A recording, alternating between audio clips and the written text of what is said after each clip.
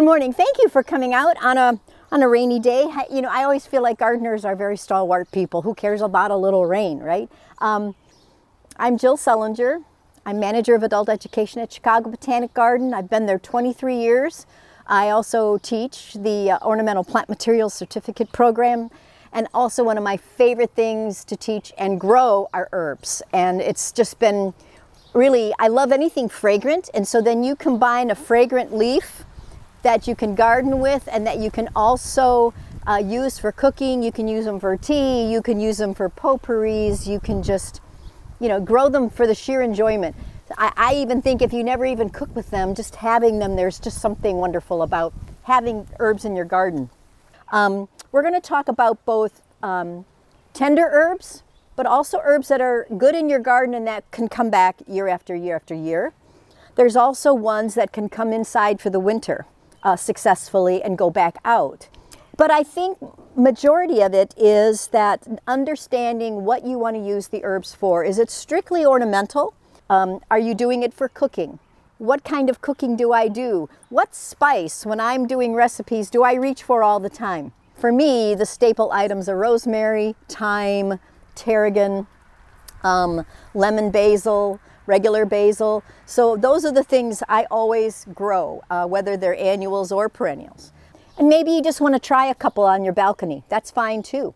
And then there's, how do you want to garden? Do you have a large vegetable garden you want to incorporate them in? Do you want to add them into some of your borders? Maybe you don't have a physical garden, but you have a balcony, or you have a patio somewhere that you can plant. Then we can talk about maybe putting them in containers. So identify what you want to grow, where you're going to grow it. One key important thing is these herbs, primarily, almost all of them want sun. So sometimes that really rules out a place where we think we want to grow them, but if it's shady, the herb is just not going to do well. There's a handful that'll tolerate a little bit of shade, but even then you're not going to get the oils produced in that foliage to give you the flavor that you're looking for. So that's where containers come into play. Maybe the place where you've got good sun doesn't really have a bed that you can plant them. So then a big container or several small containers is your key. You can even get a container that you can move around. Let's say your son travels and you're home. You can kind of have it there for the early part of the afternoon and then kind of roll it over here where the rest of the sun is for later in the day. You know, we don't all have that time, but some of us do. So I don't, but many people do. My mom can roll her stuff and she captures as much sun as she can. So, so those are considerations. What you want to grow, where you can grow it, and if you have sunshine to do it. And then let's talk about just a few of the key herbs that maybe we know, and then we can talk about a few that we don't. I think everybody kind of knows sage, perennial sage. This is a plant that will grow in your garden and come back year after year after year. It is a perennial plant. It is quite ornamental, has this lovely gray-green foliage, kind of fuzzy or pubescent as they would say. So even in the garden, it provides a really beautiful plant. Goes really nicely with dark purples and reds, you know, the silver sage. It's funny, I don't like sage, but I still grow it. I don't ever cook with it because I just don't like the flavor. But I still grow it because it's such a pretty ornamental. It comes in this typical sage, but then there's also tricolor sage, which is a smaller leaf but has this beautiful red stem, variegated foliage. So this is a true ornamental. Someone I know likes to just use these for garnishes. You know, they'll snip off some and just put it on a plate as a garnish. I wouldn't eat it raw, but it is a beautiful plant. And you can see, if you snipped it, look at all the new little shoots that are going to continue to grow. Yeah? Is that one a perennial? Yes, this is a perennial, and it will come back. There's also golden sage, which has more of that chartreuse kind of foliage. I find that one doesn't come back quite as well, but these two, the regular and the tricolor, will both come back. This particular one is Bergarten sage, which is a little bit of a more compact plant than maybe what you see as a regular sage, and it also has a larger leaf, which is wonderful for cooking purposes. Okay? Yeah. Do you mind if we interrupt while you're... You please do. Are they deer resistant, shall we say, You know, or honey resistant? That is a great question, and yes, because deer usually don't like things with oily or heavy flavors to it. So unless you get a deer that happens to be, you know, an that really likes Quite the their gourmet. their exotic cuisine, Yes. which you might, you know, they might be a But real. Generally, That's a really good question. Also, rabbits usually will not bother herbs because of that taste. They don't like it. So, to that point, would it be possibly smart to plant them throughout near your hostas and things like that to kind of...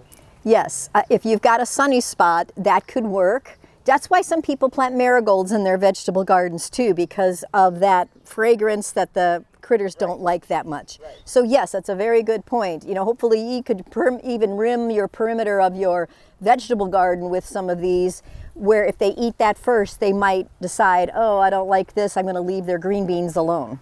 So that is a very good point. Very good point. Sure. So other herbs that are very useful, mint. Now, mint is a perennial.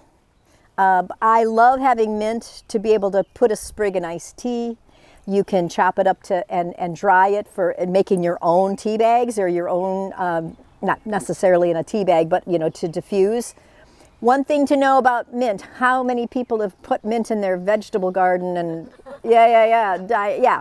You can see here, see the little underneath here, through the little hole, drainage hole, is a shoot. These guys will take over your garden. It'll run everywhere, and probably more than what you want.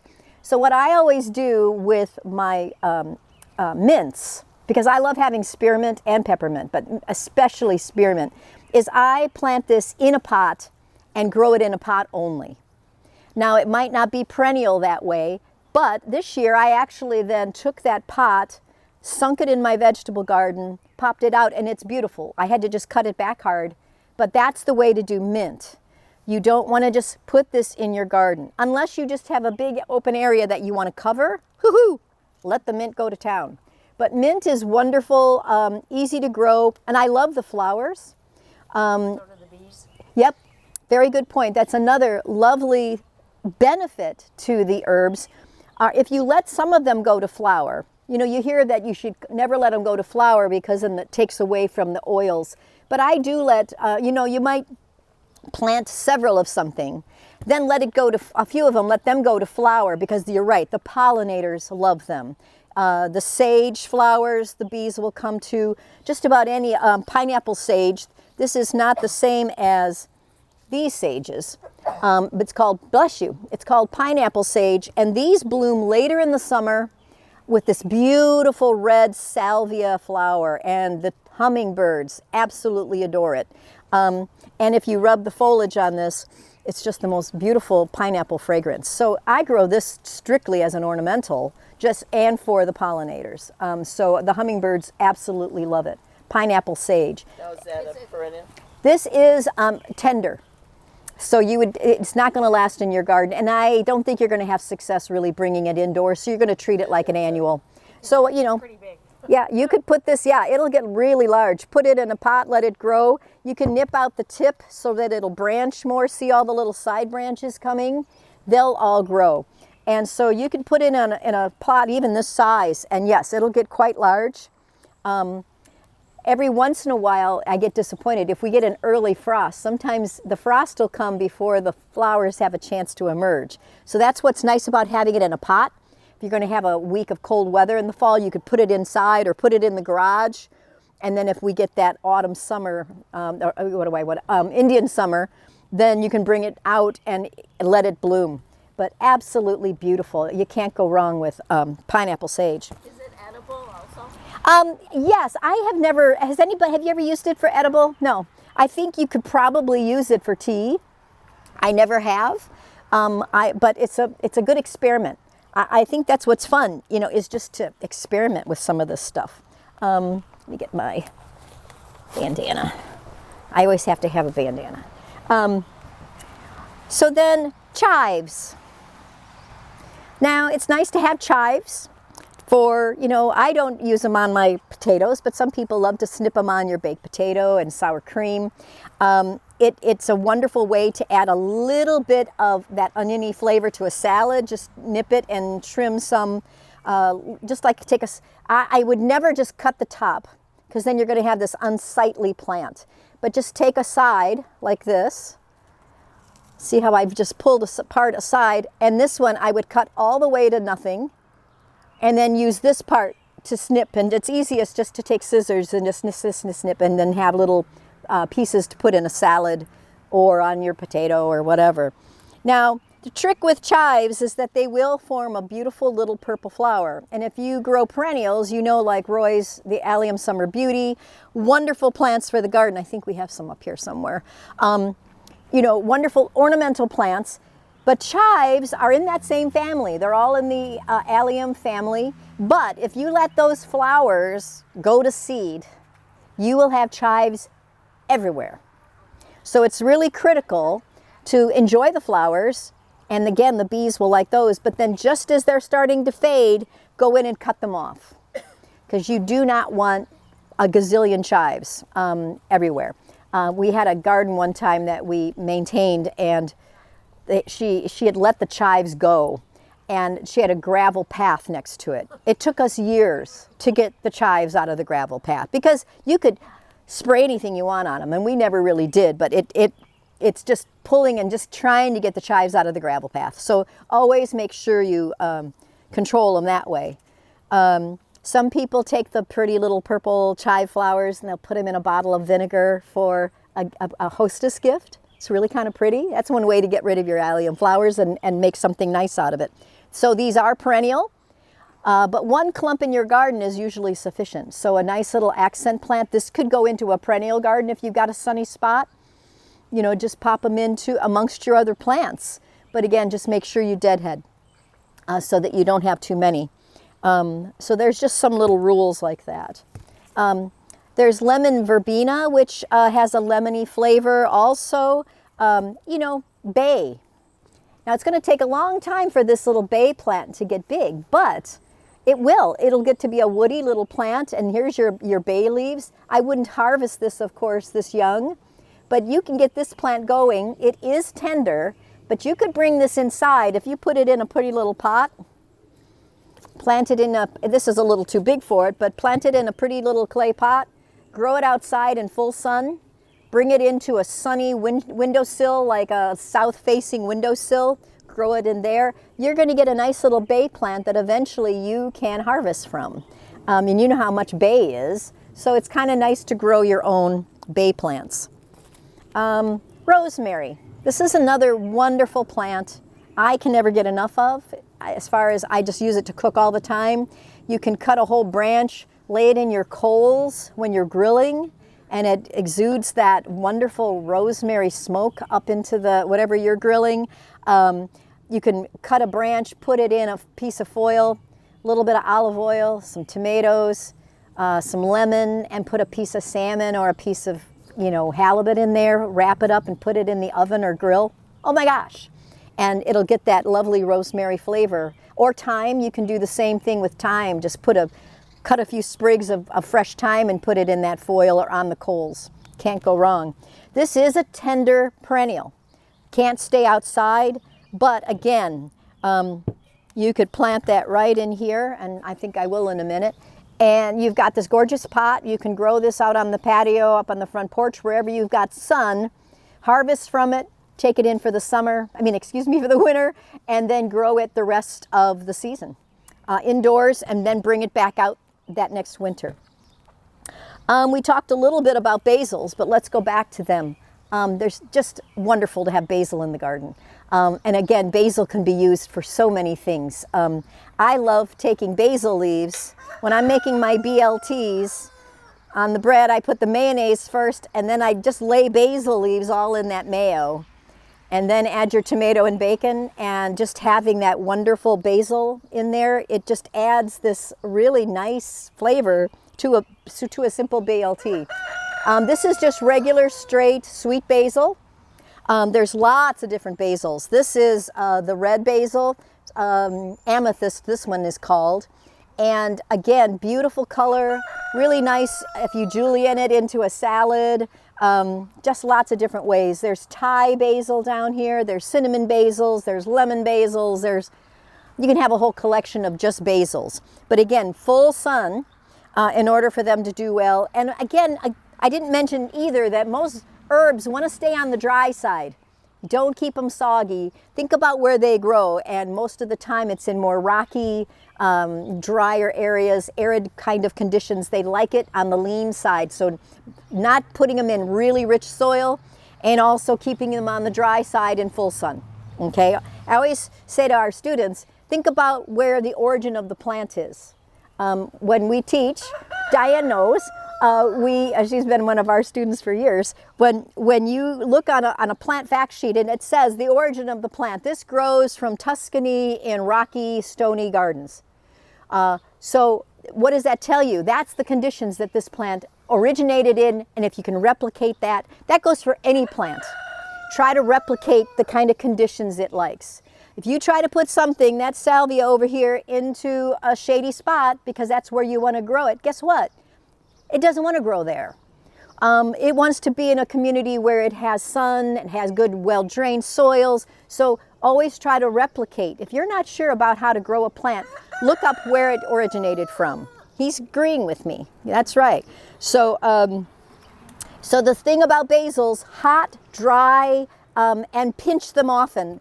These will start to go to flower, and then the flavor goes away. So you would just go in like on a plant like this, and you're just going to nip out that whole piece right above the leaves. This you can use in a salad or however you want to use it as a garnish on a plate. And then that way it'll branch and continue to grow. If it goes to flower and goes to seed, you've pretty much lost the flavor. Although you will get pollinators on basil flowers as well, so you can leave it. Does that taste about the same Yeah. as the sweet basil? Yeah, it does.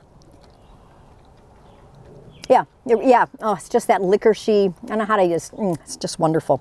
Yep, it does. So that's your basils. We talked about rosemary a bit, about bringing them in. There's also what they call a prostate rosemary. So you can see here, it creeps over. So it'll either grow over the side of a pot. So if you were doing a mixed pot, which we're going to do in a minute, this would be lovely on the edge, and it grows over and cascades. When my folks moved to Mesa, Arizona, when my dad retired, the first time I went to visit them, came up to the house, and there was this little low wall, maybe 3 feet around by the front door. And I was trying to imagine what that plant is that's cascading over the wall. It was rosemary. I was just like, because it was gorgeous. It was like a shrub, just cascading over. So I taught my dad to use that rosemary when he was grilling, and he did it ever since. It was just like he didn't know what he had. I said, Dad, this is rosemary. And to him, it was just some kind of, he looked like a juniper or something to him. So it was wonderful to have him be able to cook with it. So lemongrass I talked about briefly, but this is also a tender plant. You can't keep it in the garden, but I love having it in a pot just for not only its beauty. You can put it in a mixed container and have it be the focal point.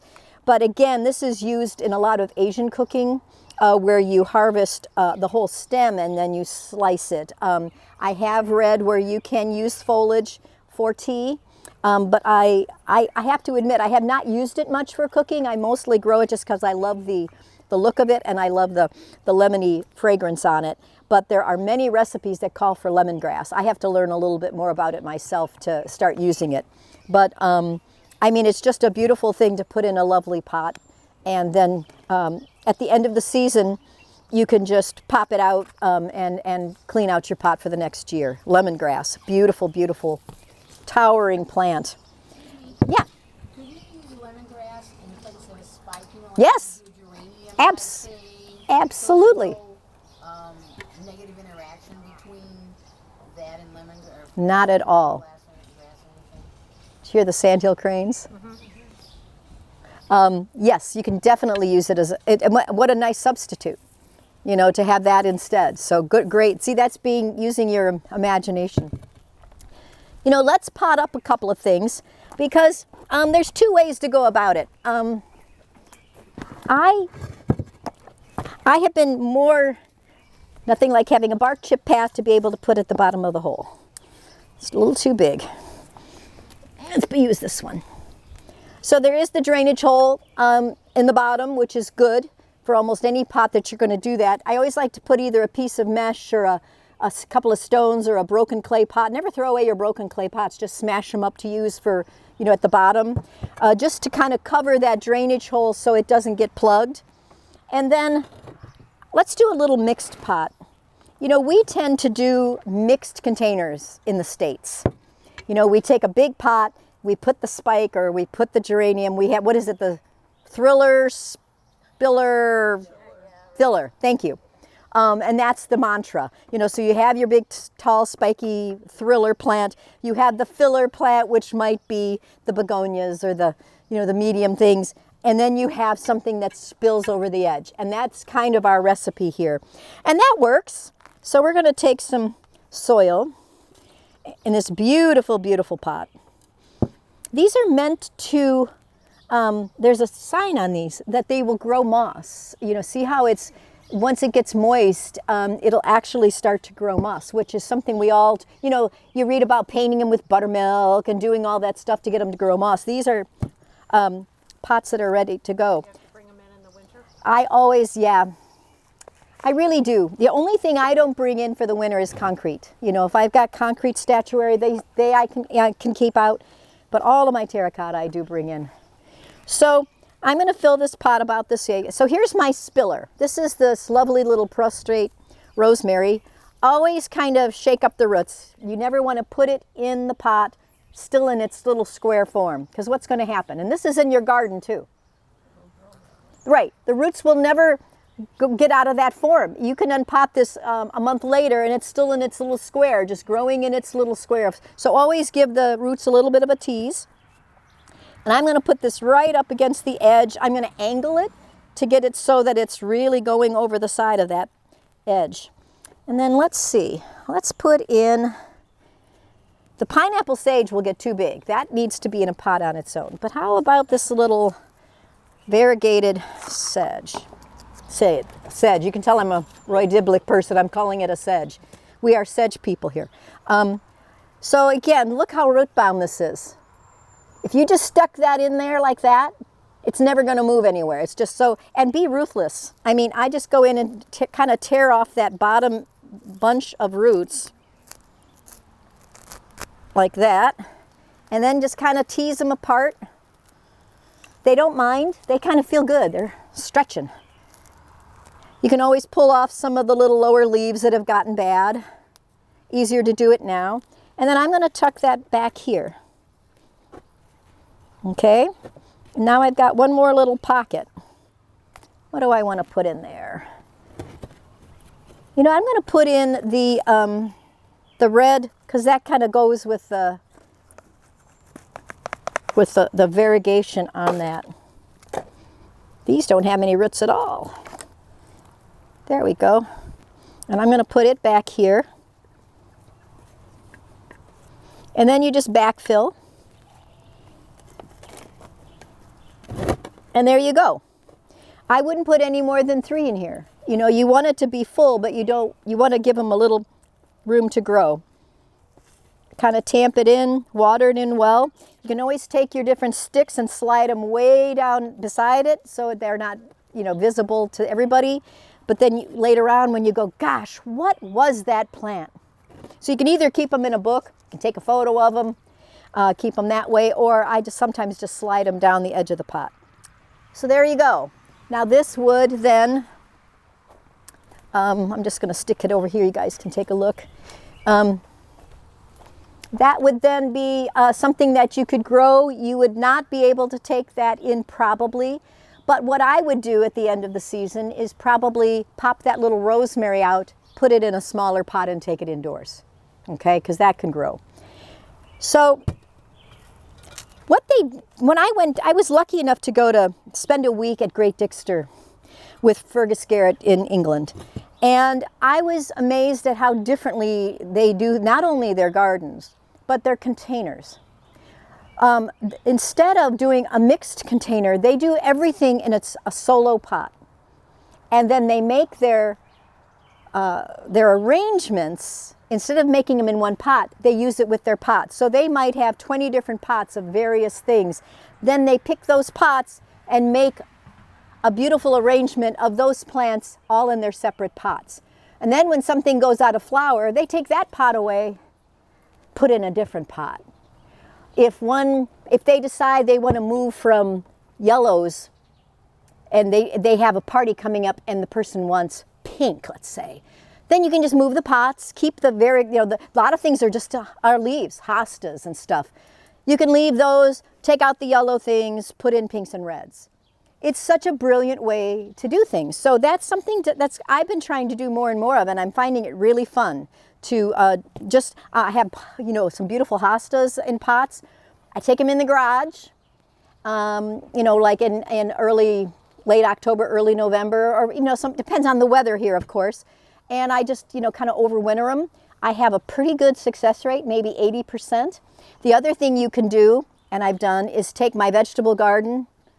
Just sink that whole pot. If it's got a good drainage hole, sink the whole pot in your veg garden, because then it's replicating winter. And then you pop it out in spring, clean it off, and you're ready to go. It's gone through a winter. It doesn't even know that it's not in the garden. It thinks it's in the garden. It's just in a pot in the garden. And so it's kind of a fun way to garden. You can grow a big, beautiful hosta in a pot and put it anywhere in your garden you want. So it's really kind of a neat way to do it. So let me find another piece of bark here. Okay. Now this one, I'm just going to grow this beautiful rosemary, because then I can just take this rosemary at the end of the season and put it on a sunny windowsill. I was thrilled this year. I actually grew I had a thyme, a beautiful English thyme, in a really nice pot. I put it on my south windowsill. I really didn't think it would last the winter, and it did. It actually bloomed on my windowsill, which was so fun in the middle, like February. And then it's outside now and as happy as a clam, So we're going to put this rosemary in there. You want to put you don't want it too sunk in too low. That's about right. So this rosemary, I would keep outside this summer, put it on the steps. I probably have 4 different rosemarys now on the front steps. It gets nice sunny exposure. And then in they go. So here you go. What could be nicer? Beautiful pot. You can get lovely terracotta pots. There's, more ornamental pots in various colors. The trick is to make sure you have a drainage hole. Because otherwise, if you have heavy rain, what did we say? Herbs don't like to be wet, and if that sits in the pot of water, it's just going to rot it out. So just make sure you've got a good drain hole. So that's how you can do containers. And other ways, many ways. You could put this beautiful lemongrass all by itself. A big pot of thyme, put it by itself, and move it around the garden. But then the other trick is to do it in your garden. So if you've been to Northwind, how many of you have been to Northwind before? Well, welcome to those new people coming back, and then the new people, thank you for coming out to Northwind. If you haven't yet, the gardens, if you walk the gardens, it really can give you a whole idea beyond the philosophy of kind of growing plants in communities and hoping to get plants that want to be growing together harmoniously. It allows them to really be at their best. It makes it easier for the gardener because these plants are not fighting you. They like where they are and they like who they're growing with. So it's a philosophy that we really believe in, but it's also something that you're able to introduce your own flair to. I see people who will take kind of a naturalistic garden with a good plant community and maybe add some annual. Maybe they want to have something like Verbena bonariensis rising above and flowering all summer. So, you know, it doesn't have to be rigid. Everybody can interpret. That's what makes us all gardeners, right? Is to interpret things the way we want it in our garden. Well, think about it by doing herbs in a same and similar way. If you've got a garden situation and sunny and you want to pop in a few things to incorporate, you could do annuals without any problem. You could pop, you know, do a lovely grouping of even like the lemongrass. I would always do rosemary in a pot, but you could put basil right into the garden. It doesn't have to be an herb garden. You could just pop this in a sunny place. It would get beautiful, glossy leaves. You could let some of them go to flower, which are actually quite attractive and like the pollinators. And then at the end of the season, you just harvest the whole plant. Just go pull the plant out before frost, hang it in, you know, I just sometimes hang the thing upside down in a paper bag if you're trying to get seeds, like from coriander or dill. If you're trying to gather those seeds, if you put it in upside down in a paper bag and put a rubber band, as those seeds drop off, they're dropping into a bag, and so it makes it easy. Or you can just do the foliage, harvest it, let them dry, crumble them. Some people like to put them in ice cube trays. There's various ways. People put them in oil. Do you have methods that you harvest your herbs that are different? No? Okay. So, yeah. You can put basil, you can put on paper towels in the microwave. Ah, And I just zap it briefly and it kind of dries it out. nice. That's a good idea. Yeah. And I know someone was saying they freeze certain herbs in sheets like that. Pop them into the freezer and freeze them. I have one more question. Yeah. Dill and cilantro. Yes. Those are, I struggle growing those. Do you have any suggestions? Dill and cilantro. And it's so funny, this year when I was opening up my veg garden, which is just a small little raised bed area, I must have had a gazillion little baby dills in there from last year. And I felt so bad, but I couldn't possibly use them all. I think, again, full sun. I grow them just from seed, but you can get starts of dill, cilantro. Fennel is another one with that kind of umbellate kind of flower. What tends to happen? They just don't. The cilantro goes to seed pretty quick. Yes. And sow it every couple weeks. Yep. Sow it every couple weeks. Yeah, that's very typical. So you really do. It just, there's one called slow bolt cilantro, which is a little better. I think Thompson Morgan has that seed. And if not, then you turn it into coriander and you can use the seed. So you just say, I was intending to grow this for coriander. Yeah. Well, you did mention fennel. Is there any concern about planting fennel with other plants, like maybe doesn't let them germinate or pollinate or cross-pollinate? So any concerns with fennel? Not that I know of. The only other concern with fennel is that it, again, if you let it just go to seed, it can take over. And you end up having maybe too much of it. Many years ago, over here by the driveway, as you come in and you'd have to turn there around the potting shed, there was fennel growing in there, and it was beautiful, the bronze fennel, you know, with that pretty burgundy leaf. Well, the next year, there was bronze fennel way too many places. So Roy was out there with the Dutch hoe, hoeing out fennel. It had gotten, so I would say that's the biggest danger, is just having too much of it. But the pollinators love it. The caterpillars will come and just eat it, eat every leaf off of it. And I think, what is that, for swallowtails, I'm pretty sure? Yeah, so I let them just seed where they want, and most of the time they're taken care of by the swallowtail larva. But did you read something that it was? Yeah, in quite a few places about fennel, Huh. that it shouldn't be planted near. No, it's fennel. It was fennel and dill. That's interesting. I'm not fennel, sure. And it was interfered with germination, and you could taste the change, and they were recommending in more than one source and garden centers that Huh. you plant them, you know, like at the edge of your garden or full away. And Interesting. You know, I just usually grow one or two plants and let them go to seed. So, yeah, that again, more research needed. Not sure. But you can put your herbs really in any place that will tolerate the conditions, if it's the proper conditions, you can use them any way you want. And I think it makes it so much fun. You know, I've done the same with tomato plants.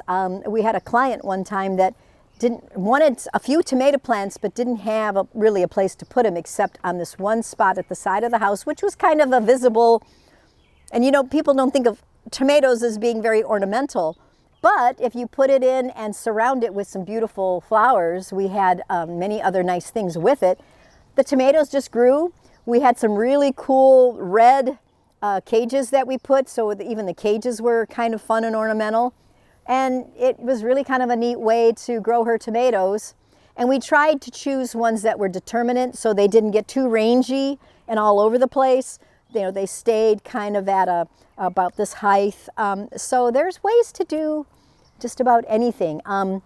I think that that's the key, is to, you know, you can see here that we've got, you know, leucanthemums, we've got heliopsis. You could plant them in amongst penstemons. You can really incorporate herbs like you would any other ornamental plant and take advantage of the fact that you can also cook with it or make fragrance. So I think that's the key, is just thinking outside of the norm and knowing that you don't have to put it strictly, just like with roses. You know, years ago, you had to put roses in a rose garden, and they were so static, and you had your little row of roses and maybe with a alyssum along the bottom, and that's the way you grow roses. And to me, I love seeing a really nice rambly rose in the middle of a flower bed with other plants. You know, you can have a very formal boxwood hedge around it and have, you know, a rambly rose on the inside. So, I mean, I think thinking other ways of growing things that we typically grow in one way, and just like learning at How Dixter, making our arrangements out of pots of plants, you know, you could do a really lovely grouping of maybe putting a Shasta daisy in a pot with a hosta and maybe a calamenta and a couple of herbs, and making a lovely little corner out of pots. And I don't think they have to necessarily be the same pot, but it's nice if they're the same material. So maybe do all terracotta, or do all vintage concrete little pots that you find. You know, there's nothing like being on a quest. I have one pot that I love, and now every time I see something similar, I try to, it's a basket weave pattern. And so if I see some cool little basket weave pot, I have to have it, because now it kind of makes some kind of a nice little integrity of the grouping. So you can, maybe it's all white pots. Maybe you do all if you have indigo. I've seen a really beautiful combination of a dark indigo pot. And then she had ones that were navy and white stripe in with it, and it was really pretty. So there's so many ways. Any other questions on anything that I might have skipped over, or that I said I was going to talk about and I didn't? Hanging baskets are useful. You can imagine this little cascading rosemary with maybe some cascading strawberries with maybe something pretty in the top of it. Put it in a hanging basket. If you've got a window box or one of those hay racks that's in the sun, perfect place to grow herbs is to put them in a window box. You could put a couple of rosemaries and a couple of other things with something pretty to get your color. That's another way too. If you have a window that's by your back door, you know, use it as a kitchen garden area. And maybe you don't have a garden, put a window box there. Put a grouping of pots. You can walk right outside the back door, snip your herbs and use them. I think if they're handy, you will use them more often. If you put your herb garden way over there and you're cooking and you just want a little sprig of something, you might go, oh, but if it's right outside your back door in a pot, I guarantee you'll go out and snip a few branches and pop them into your cooking. All right, I'll be around here, so if you have questions, I'm always happy to talk plants and herbs. So if you have questions, just grab me. And another thing, what we'd like to offer, we were just talking about it. So if you're looking to purchase some herbs today, the small pots, if you buy 4, you get a 5th one free. And the larger ones, we can do 15% off today, just as a special thank you for coming out in the rain to join us today. So thank you so much. Thank you. Look at these cool things too.